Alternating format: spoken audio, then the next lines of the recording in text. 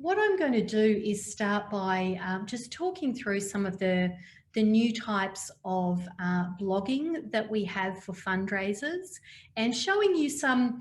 We're not going to show you too many, I guess, live examples because this stuff is all quite new, so it's not been used by a huge number of charities yet, which to me says that there is an amazing opportunity for each one of you here to come up with a really creative way of people sharing content and raising money for your charity. So when we're talking about virtual events, we're no longer just talking about walk, run, cycle, anything like that.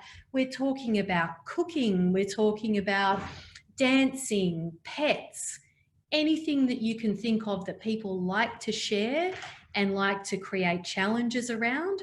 Then that's the sort of stuff that you can use these new types of blogging. And we even have live streaming onto fundraising pages now too. So you can consider, when you are thinking about the types of events that you want to run, the fact that people are now much keener to share. We're all, kind of zooming away for all our meetings. People are sharing more Facebook Lives, things like live streaming is becoming a little more mainstream. It's not just gamers anymore. It's people who have got something that they want to share. Facebook Live, YouTube has their own version of live.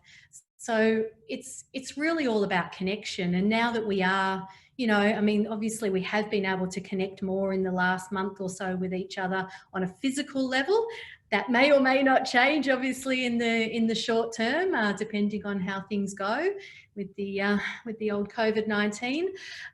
But there's got to be ways that you can think of that people can share cool stuff that they're doing, fun stuff they're doing with their pets. Are they cooking some interesting meals and turning that into a virtual event where they can raise money for your organisation?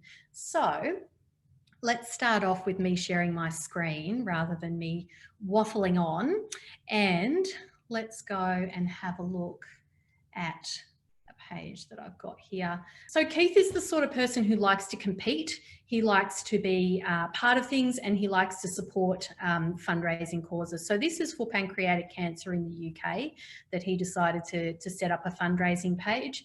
And originally when he was doing this, he was all of a sudden in a position where he was training away for an Ironman, which is like a triathlon plus.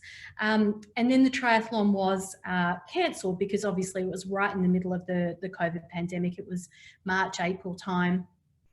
And so for people who like to compete, these sorts of events being shut down, obviously it's really difficult for them because, training is, it's all about mental focus and discipline and having a goal and all those sorts of things, which is the same thing, when it comes to fundraising. We want a goal, we want to work towards it. So what Keith did is decided to take his Ironman that he was going to be doing, I think it was in Spain or somewhere like that, or very exciting, and bring it into his backyard. So what he did is, he obviously doesn't have a pool because he lives in the UK. Not a lot of people have a pool. So he set up a way of actually on a skateboard rolling up and down his backyard for about 3 miles, which is what the swimming needed.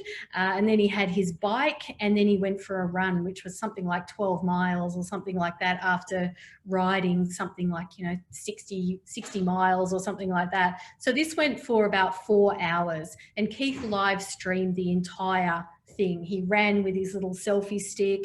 He had his wife and his son get involved in the live stream.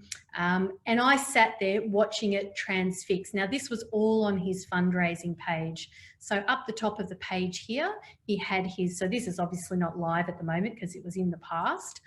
He had his live streaming account connected to his fundraising page. And you can see going across the bottom here, he's got his donations that are coming from his fundraising page. So coming through this donation panel here and then showing up on his fundraising page as a ticker like this. Keith also had comments turned on so people could leave him a little comment encouraging him. And I watched Keith for about 2.5 hours. It was just transfixing. So it's essentially turning your fundraising campaign into reality TV, really, I suppose, if you want to, you know, make it sound like something that's kind of easy to grasp. And what this did is it meant that he raised, you know, he set out with a target of raising, you know, £1,000. He raised £1,600, which is obviously quite a lot of money.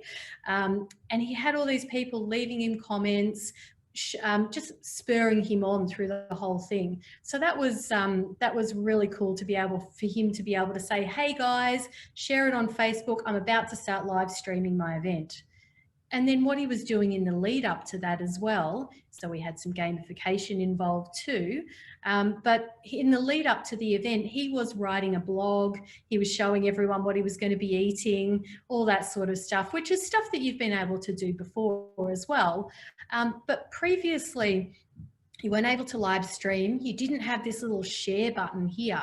And what this share button is doing is allowing the person to take that blog that they've just written and share it directly to Facebook, but not just share their page over and over again. It's sharing that particular post with a link back through to their fundraising page. So I think we all sort of, you know, we're running our supporter journeys, and we're always trying to think of ways to keep people sharing their page and coming back to their dashboard, because that's where all the magic happens. That's where the get support emails get sent out from.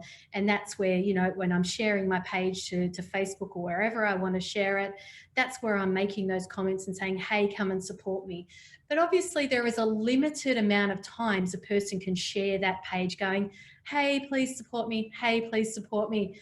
Whereas now they can share the blog post. So it's an update for their friends. It's something new and fresh to be sharing. It's not just sharing the fundraising page.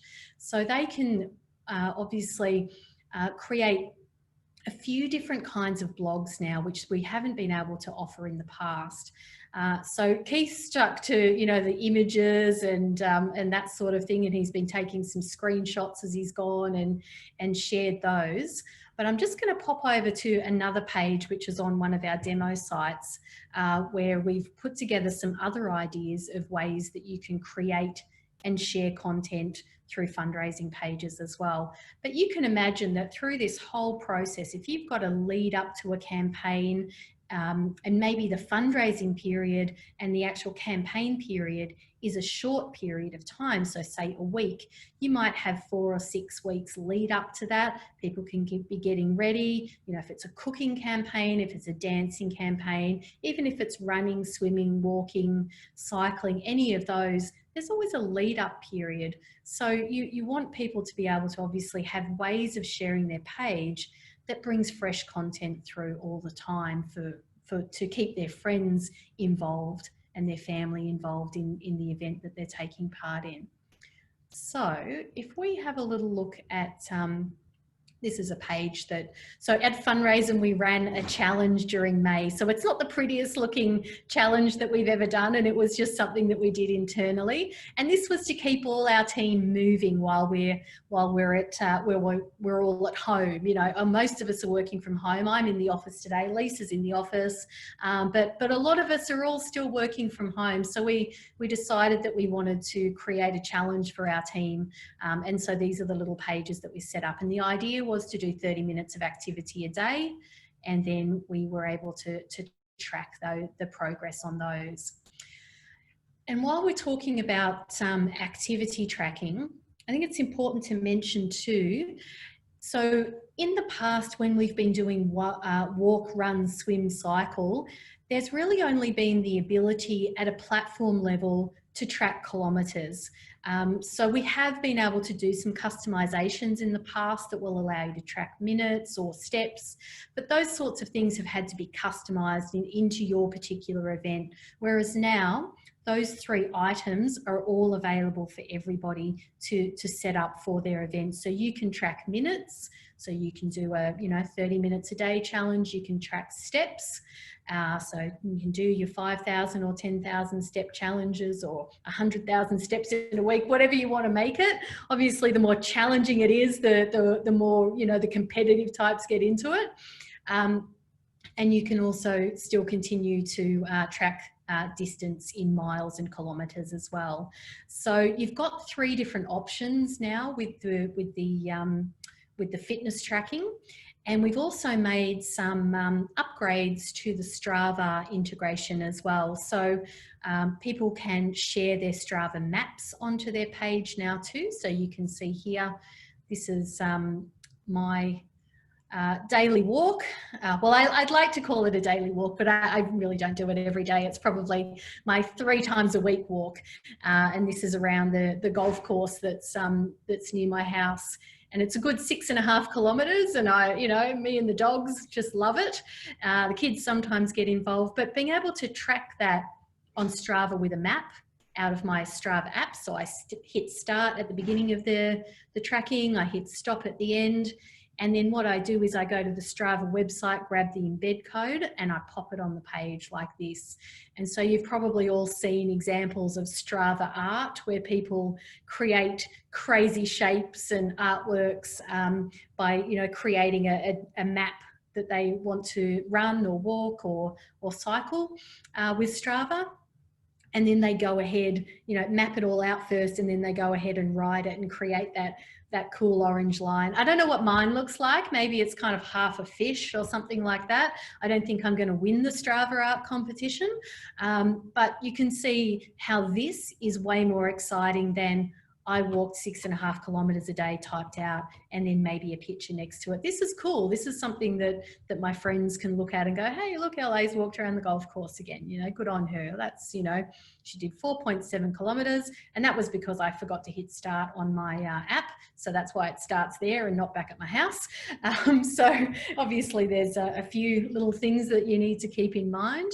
But adding these Strava maps as a blog type is as simple as, so you can see here that on the fundraising page, and I'm on the edit my page area. Well, I'm not actually, I'll go into the back end and get in there. I'm actually just on my front facing page, but I'm logged in as Esh. So I'm going to go to my dashboard, and in the edit my page area, this is where all the blogs are sitting. So you can either add a new blog from the front facing page when you're logged in, or you can add it from the dashboard when you're here. But really simple, and these are all the options. So I know probably some of your eyes have lit up now and gone TikTok, and let's hope it doesn't get banned. And YouTube, great for things like, cooking and crazy pet tricks and all that kind of thing. Images we've always had, obviously. Posts we've always had. Facebook Live. So, if you're doing like a step up challenge or a squat challenge or push up challenge, anything like that, Facebook Live is a kind of fun way of connecting that to your friends as well. So you can put it on your page and then share it again to Facebook, so that people don't have to have actually sat there and watched it live. They can watch it a little later. You can share that. But these are all really simple for anybody to add to their page. So TikTok, it's a really simple upload of the video URL, giving it a title for a post. Same as always, just adding some content. And we've got things like YouTube. So if you've created a YouTube video and you want to share it, so say me and my dog Tess, I'm going to teach her how to do a couple of tricks. Then I might video her doing that, and then I'm going to put that onto my page. So if it's a pet campaign, and those are becoming more and more popular. So if we've got anybody doing a pet campaign at the moment, hello, and I hope you're using these options to make your pet campaign a little bit more, I guess, exciting and shareable for everybody. But that's a really simple way of sharing a YouTube post, and obviously the Strava map. Just pop in the embed code. So it's a couple of tiny little limitations.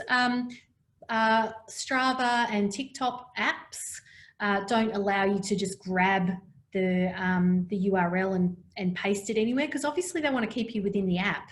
They don't want you taking that and sharing it somewhere else where people will watch it somewhere else. They want people watching it in the app. They want people downloading their app. So these 2 particular posts need to be taken from the site. So from the actual website TikTok, but it's very easy to find your video.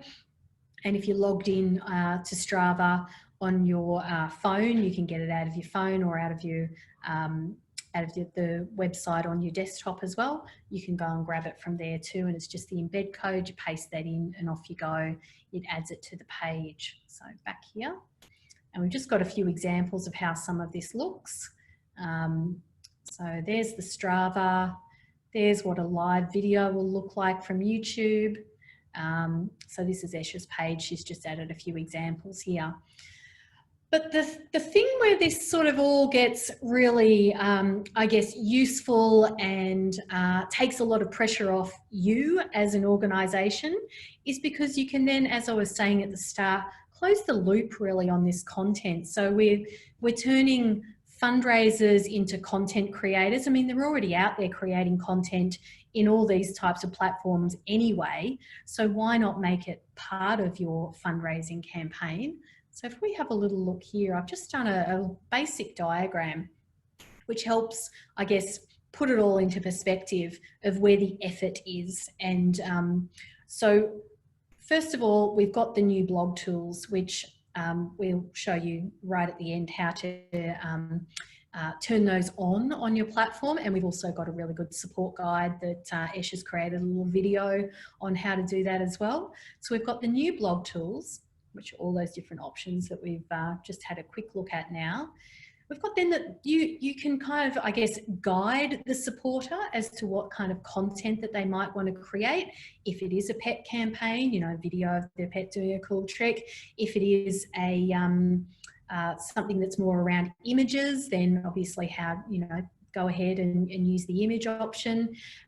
If it's something that's more around, say, cooking, where YouTube is more like the obvious option, or live streaming, then you can see there that that's a little bit of effort. But I guess with effort comes reward. So the more effort that they're putting into creating these cool videos, I mean, something like TikTok is pretty simple. What is it, 10 or 15 seconds? It's teeny weeny. But then I've seen my 13-year-old spend 2 hours practicing to do her TikTok video. So there's all that kind of fun that goes into it, into that 10, 15 seconds of fun. So in that time, you know, the connection to the cause that the person has is all being considered as well. So it's creating your own content is really kind of like really showing the love for what it is that you're doing, the actual task, but also the love for the organisation that you're supporting as well. And when your friends and family see the effort that goes into creating these videos, obviously they want to support the cause that you're supporting as well, because they can see how much effort that you've put in. So then the supporter generated content is that middle bit. And then you can close that loop by saying to them, hit the share on Facebook and use the hashtag, whatever the name of your campaign is, you know, cool pet tricks or whatever it is. I don't mean to harp on about pet tricks, but, you know, obviously I have pets. So they're the sorts of things that really appeal to me. Sharing it with that hashtag.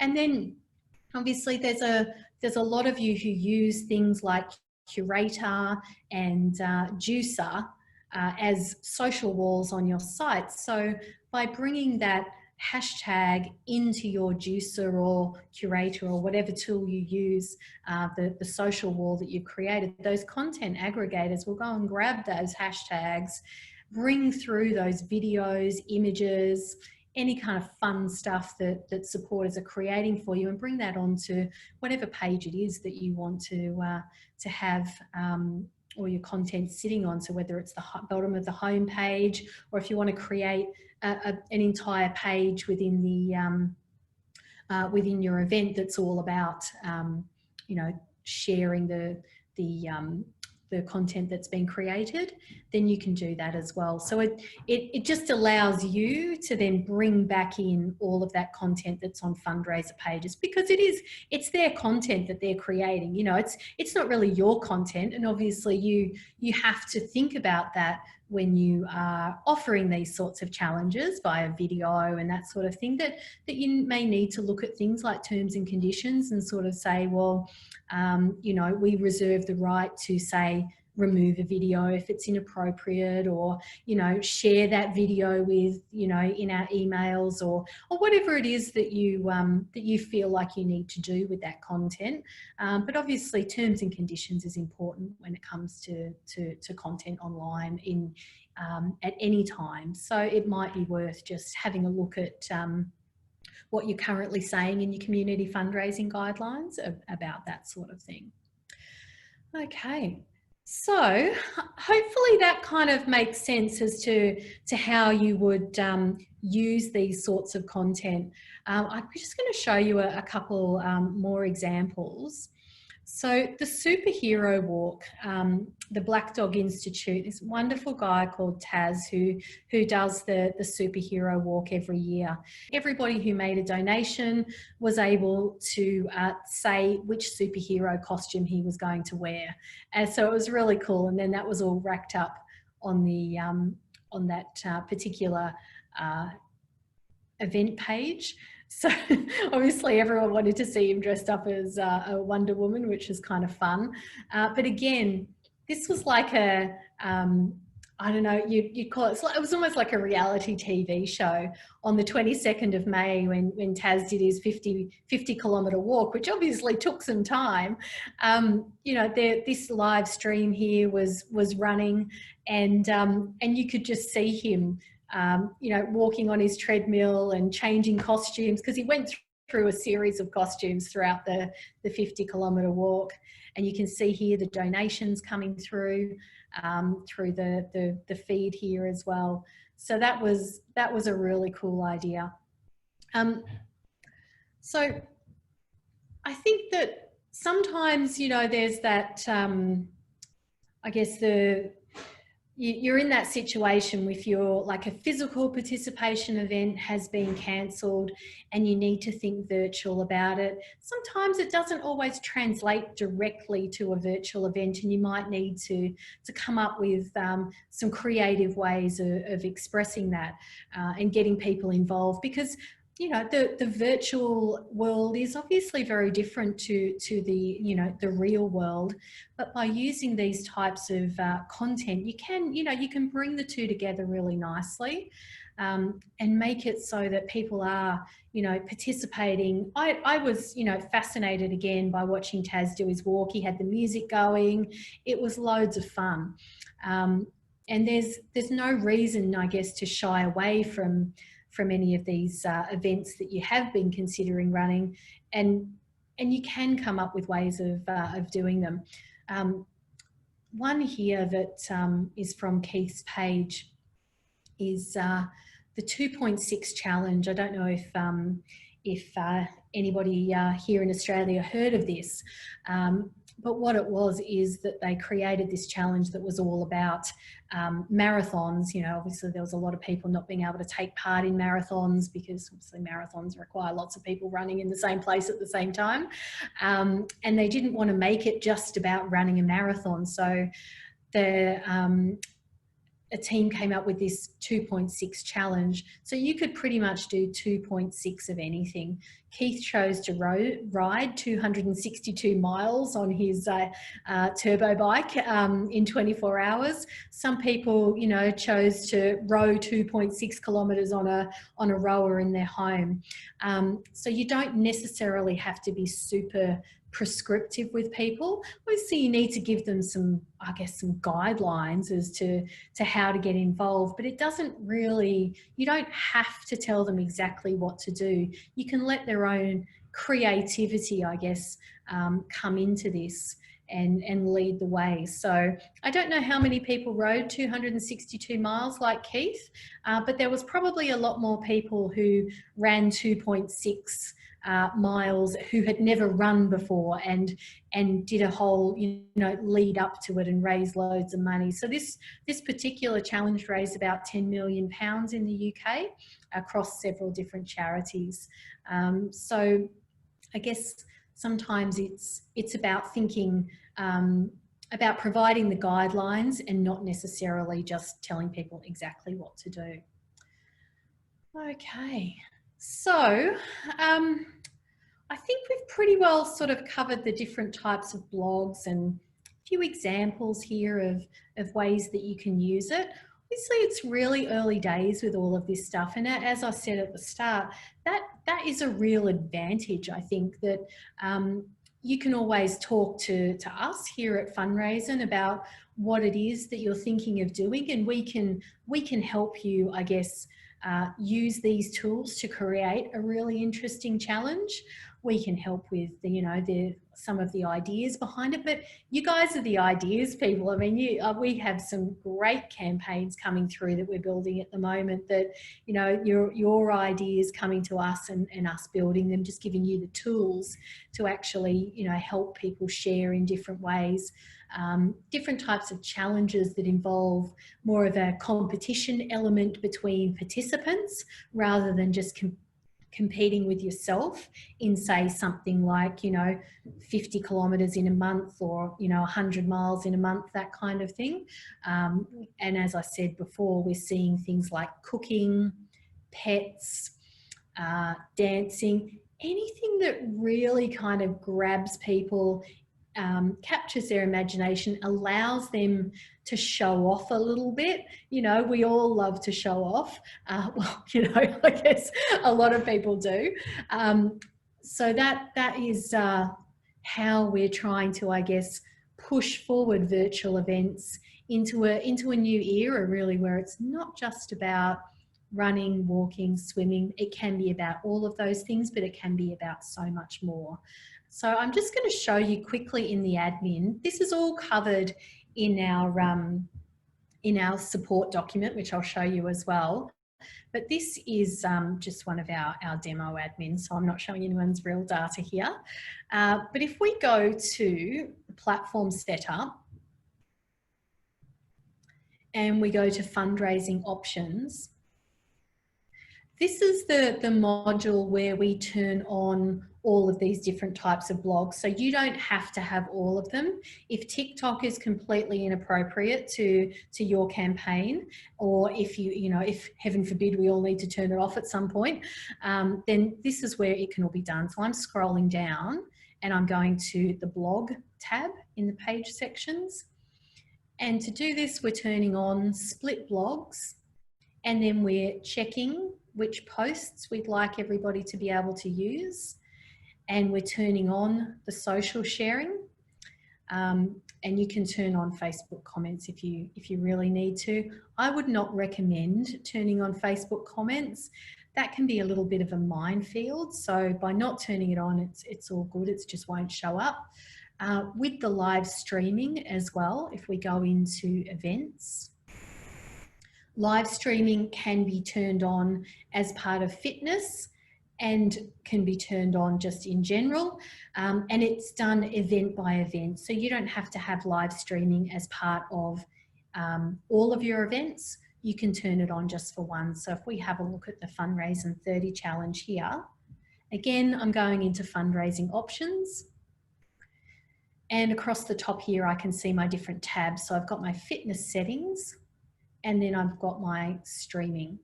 So if I want my fundraisers to be able to set up live streaming, all I do is turn it on here and hit save, and I can add it to my registration flow. It's one of the options in the registration flow that you can just turn on. But what will also happen as well is if I'm logged in as Esh here, sorry about that. If I go to my dashboard and then edit my page, I can see here the ability to turn off and turn on live streaming. So if you put that in your reg flow, then this will automatically show up, and you can just turn it on as well. That's absolutely fine. People can decide which of their live options they would like to use. Most common ones, obviously Twitch, not just gamers these days. Loads of people are using Twitch for lots of different things. And some people are just really comfortable with using YouTube. So the YouTube live option is there as well. Mixer is not one that we've seen a lot of yet. And then all you're doing is you're adding in the username, and it goes and gets your account and adds it to your fundraising page. And you can turn it off just by turning it off here and saving that. and now that's turned it off on my fundraising page. It's no longer there anymore. So all pretty simple stuff to turn on, turn off in the admin. All full stack Funraisin platforms have all of these features already as part of them. You don't need to go and purchase anything. You don't need to do anything like that. It's all part of the default Funraisin suite. And I think that's probably something that's also worth considering here as well, is that these sorts of updates that we make, and you can see over here on the right of the page, I've got matched giving as well showing up on this donation panel. All these sorts of things are available for you. We do obviously let you know about new things in the monthly emails that go out about new features and training and that sort of thing. But sometimes it might not be completely obvious to you where things are. So I think that going to the support site, you'll find that there's loads of interesting information there. If you haven't already been to the support site, then this is what it looks like. And you can go and do a search of anything you like here to get you through to a specific article. So if I wanted to do a refund, I can come in here and hit search, refund a donation. You'll see the lovely Esh providing refunding a donation is quick and easy. A little example of how to do that, and partial donations. So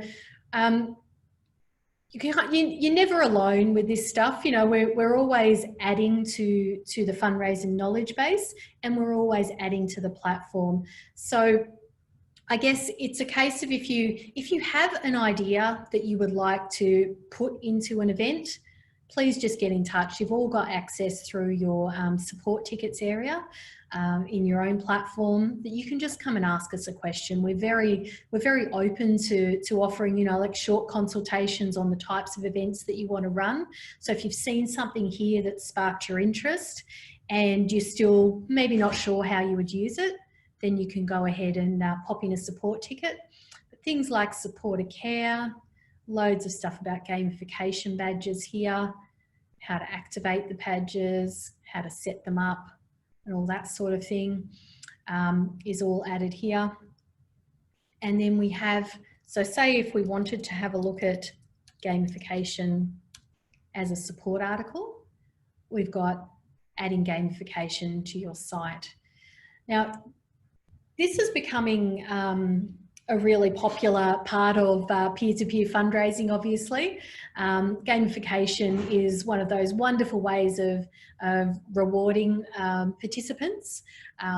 Everybody loves a badge, and we can see here on Keith's page, these pancreatic cancer ones from the UK are particularly nice, I think. Some of the designs we see coming through of them are really great, and it just adds to the colour and the shape of the fundraising page, makes it more and more interesting.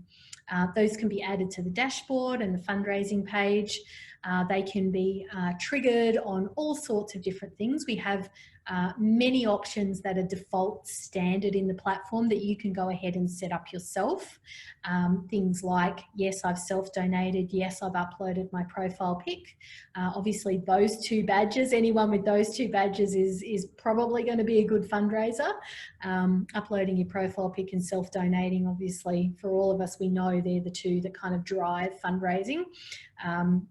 And then we've got things like rewarding people for the level that they get to in their fundraising goal. We can do things like, oh, congratulations and thank you for upping your fundraising target. That's captured as well. And things like distance goals, and a couple of other things around added blog posts and that kind of thing. So there's a lot of stuff by default that you can add gamification to your event with. And then there's always, you know, customizations of gamification as well, which obviously you just talk to us about those individually, and we can let you know what's possible. and what's maybe out of reach at the moment. But there's a lot of stuff by default that can easily be set up on any platform. You get one of your designers, or you can ask our team to get involved and create these little badges. Really simple to do, simple designs. And all they are is uploaded as a grayscale and a colour version into the site. So if we go into the event here that we were looking at in advanced options. So this is when you want to do it on just one event. So in the advanced options, this is where the gamification sits. But if you are running a series of events and you want them all to have the same gamification, you can just set it up in the platform setup as well, which is again in platform setup, fundraising options. Everything's in fundraising options. And then gamification. And each time they are set up in exactly the same way. It's really simple to do. It's basically just following the fields. You give the badge a name, and that's obviously for your own internal purposes to understand the type of badge if it's an individual badge or a team badge. The action. So anything that sits in this drop down is a standard action that you can use automatically. The interaction already exists in the database, and if you trigger that interaction, the badge will fire. But anything that is listed here, you can create a badge, and you can see here, you just upload your little badges. You can also assign them to a specific event, or they can go across all events, as I said. There's copy that can sit underneath the badge, or you can just have the badge do all the work. Very simple. You can apply them to a DIY theme as well. So if you want specific badges just for DIY themes. So an example of one where, let's go with raised 500. So if we wanted a badge for raised $500, we would come in here, call it raised 500. That's pretty obvious. We would go and select amount raised. We would say the value 500. The copy that we might want to sit under the badge says this is for this event, and this is what our badge looks like, just uploaded over here. These are just PNG files. And again, our support documentation shows you kind of what size to make them and all that kind of thing, but the system will resize them down for you anyway. There's no, obviously you don't want to add in, 5,000 by 5,000 pixel images or anything like that, but anything smallish is absolutely fine.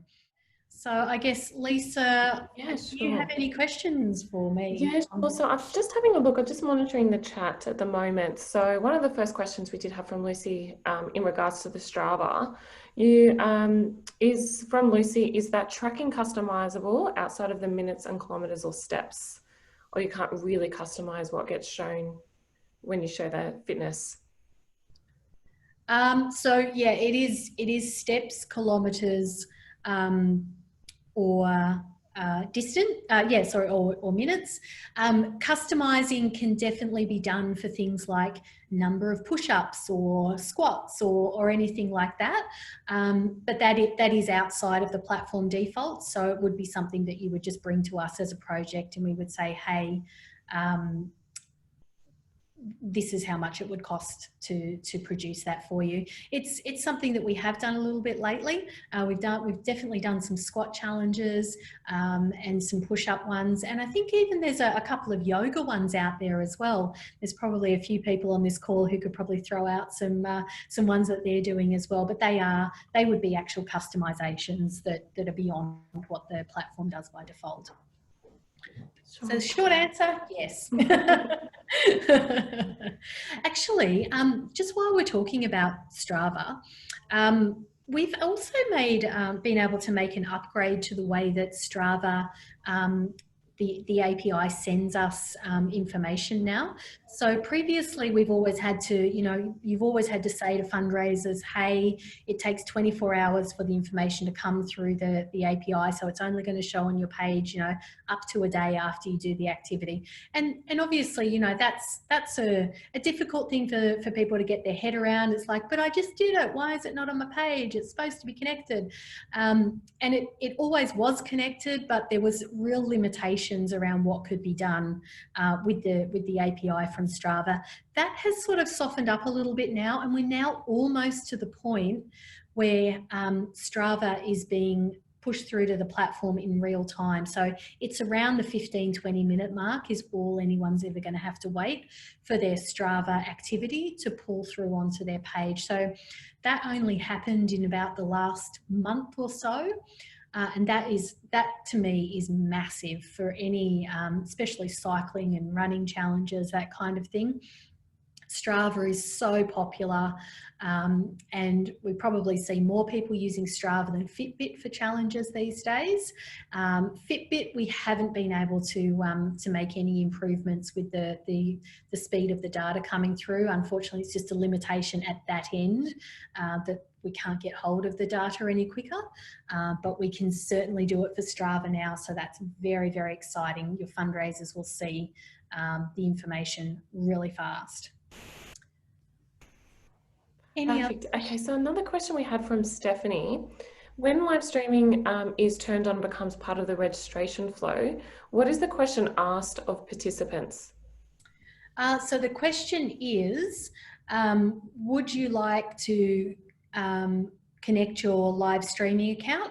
And then it asks them what their account name is. And if they tick yes and put that piece of information in, then it connects their Twitch or whatever account to their fundraising page. Okay, great. We did have a couple of the same question about the badges in the gamification. You did mention that you can upload, but we had a couple ask the question if there's any generic ones that Funraisin have, or you do have to upload.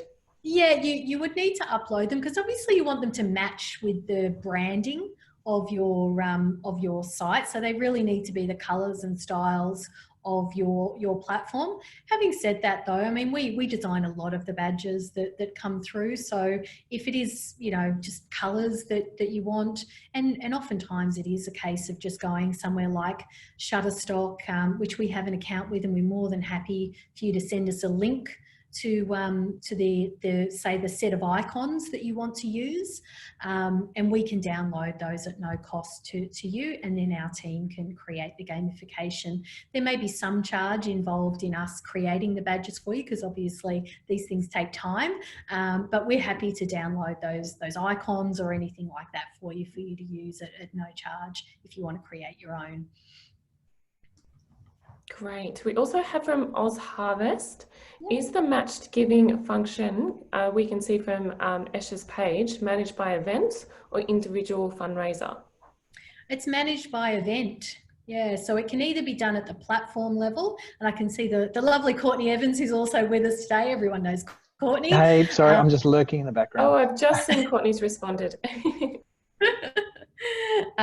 So yeah, so as Court says in the message here, that it can be turned on at the platform level to go across all the events that are running, or a particular appeal page, or it can be set up just for an individual event as well, but currently not by individual page. Great. Well, we've got two responses now. Chat box response and a verbal one. Okay, so the other question we had from Lucy as well is Instagram integration possible, as well as the sharing functionality? Instagram, not at this point, but we're always listening.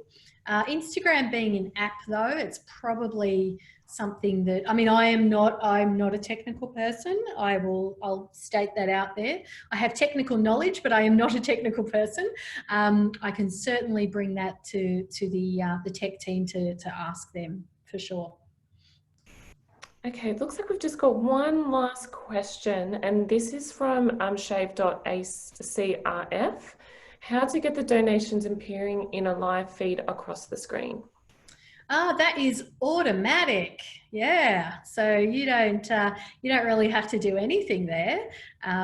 You can just start live streaming, and any donations made during that time will just start flowing across the page underneath. So this is like a real improvement from having to go out to somewhere like Tiltify, set up another fundraising page, have all the donations made on somewhere like Tiltify. This is all your same database, the same place that you're doing the rest of your fundraising. Everything's coming through there.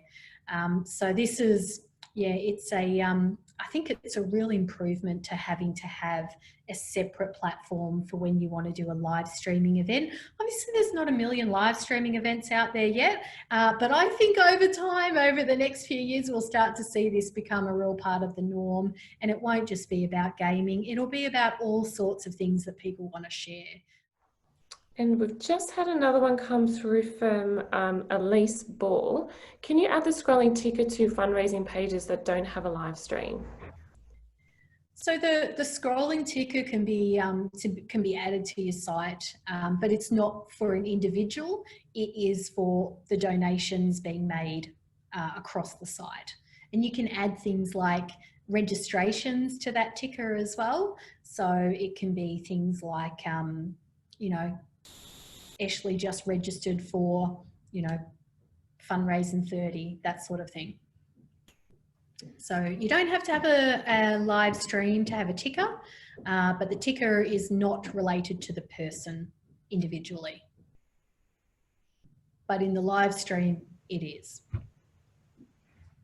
I think that was Nice it. though. Nice ideas. It is, isn't it? That's Yeah. a cool one. Thank you, Elise. Very good. Oh dear. Oh, so Anne, hello Anne Casey, how are you? I can see your name in the chat. Lucy, hello. Hi. Hi, Oz Harvest team, good to have you with us. Lina, hello. Yes, we are recording this session. And anybody else? Stephanie, hello there as well. Lucy, hi. Oh, that's so nice to have all of you here today. We won't hold you up any longer unless anybody's got any more questions. Is that one more? Cool. Thanks, guys. All right, but as I was saying, reach out, tell us what you need in a support ticket. Sean, Ash, Lisa, myself, the rest of the team will be there to assist you. You've got your support site. Get in there and have a bit of a look around, and have a look for the new blog posts article, and that will give you an idea again how to set it up. Ash has done a great job of talking you through that on the video, and then you've got a full support article as to how to set it all up. Gamification, if you want anything funky beyond what's in the platform available, again, reach out and we'll talk to you about it. But again, thank you everybody. Thank you Ash, thank you Lisa, thank you Courtney for being part of this with me today, and thank you all of you, our fundraising friends. It's really cool to see you all, well, your names anyway. And we'll all talk soon.